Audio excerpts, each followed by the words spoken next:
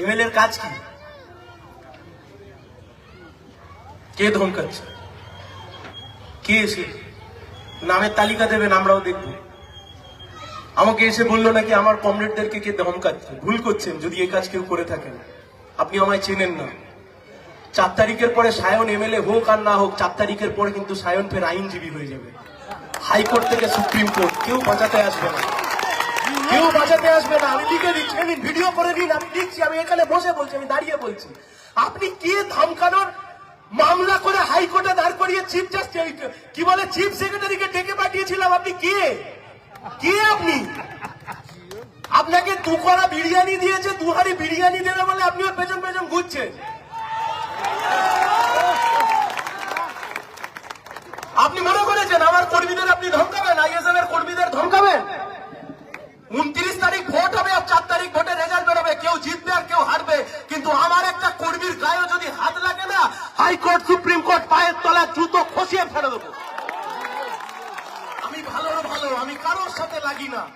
আমি ভালো মানুষের মতো ভালোর সাথে রাজনীতি করি। কিন্তু আপনি যদি কোনোভাবে কোনো লড়াই শুরু করেন, লড়াই যদি আপনি শুরু করেন, জেনে রাখবেন ওই লড়াই শেষ আমি করব। খবরদার এসব করবেন না। আপনি আপনার রাজনীতি করুন, আপনি তৃণমূলকে ভোট দিতে বলুন, আপনি আপনার গল্প বলুন, আপনি বলুন যে এমএলএ ছেলে আবার এমএলএ হবে, ভোট দিন তাকে, আমার কোনো আপত্তি নেই। আপনি আপনার রাজনীতি করবেন, আমি আমার রাজনীতি করব। কিন্তু ওসব ধমকানো চমকানো যেন আর কখনো না শুনি। আমার একজন কমরেড এসে বলে গেলেন, আমি যেন আর আমার কমরেডকে আমায় ফোন করে কখনো বলতে না শুনি যে সায়নবাবু আমাকে এখানে এসে থমকে গেছে। যদি থমকে যায়, নির্বাচন কমিশন আজ আছে কাল থাকবে না, কিন্তু আদালত থাকবে, আইন থাকবে, সব থাকবে। নেতার ছেলেকে বাঁচানোর জন্য নেতা গিয়ে বসে থাকবে, কিন্তু আপনাকে বাঁচানোর জন্য পাড়ার মাতব্বরও যাবে না।